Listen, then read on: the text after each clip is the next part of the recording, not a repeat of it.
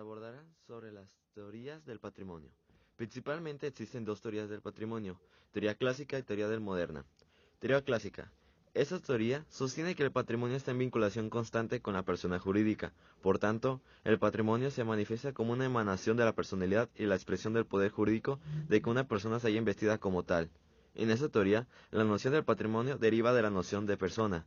Abre y Rao, principales autores de dicha teoría, formularon los siguientes principios capitales. 1. Solo las personas pueden tener un patrimonio. Únicamente las personas son capaces de ser titulares de derechos y obligaciones. 2. Toda persona debe tener un patrimonio, aunque no se cuente con bienes o solo se tengan deudas, se tiene un patrimonio, porque esta es una aptitud o una facultad de adquirir. 3. Nadie puede tener más de un patrimonio. El patrimonio es único e indivisible, pues el patrimonio solo es uno como la persona. 4.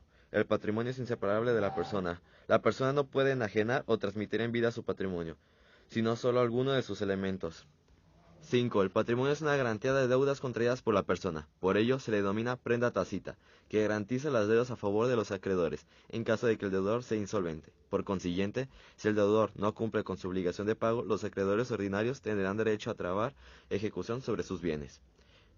Y si el siguiente punto es una crítica a la teoría clásica. En la doctrina, esta teoría se ataca porque se confunde con el patrimonio con la capacidad.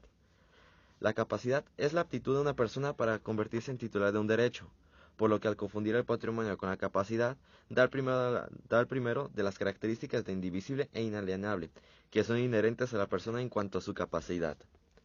La segunda teoría es la del patrimonio por afectación, o moderna. Esta teoría define el patrimonio como un conjunto de bienes, derechos y obligaciones destinados a realizar un fin determinado de naturaleza jurídica o económica. Es decir, el patrimonio constituye una masa autónoma organizada jurídicamente de forma especial. De lo anterior, se desprende que como la persona puede tener diversos fines jurídicos económicos por realizar, pueden existir distintos patrimonios. Asimismo, de acuerdo con esta teoría, el patrimonio se caracteriza porque los bienes están afectados a un fin lícito determinado. El ejemplo más característico es el fideicomiso. Los principios más significativos de esta teoría son los siguientes: que existe un conjunto de bienes, derechos y obligaciones destinados a realizar un fin de naturaleza jurídico-económico. 2. El patrimonio debe tener existencia real, porque no es una simple posibilidad de ser, sino que debe integrarse por un conjunto de bienes, derechos y obligaciones que existen en un momento dado. Siguiente punto es: la persona puede tener más de un patrimonio al mismo tiempo. El cuarto punto es: el patrimonio es independiente de la persona. Y el quinto es: el patrimonio es enajenable. Y por último, el patrimonio debe estar afectado a un fin lícito determinado.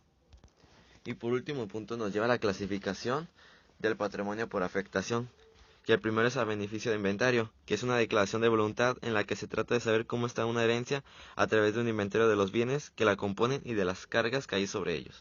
El siguiente punto es la herencia yacente, es aquella que no ha sido objeto de aceptación por parte de ningún heredero.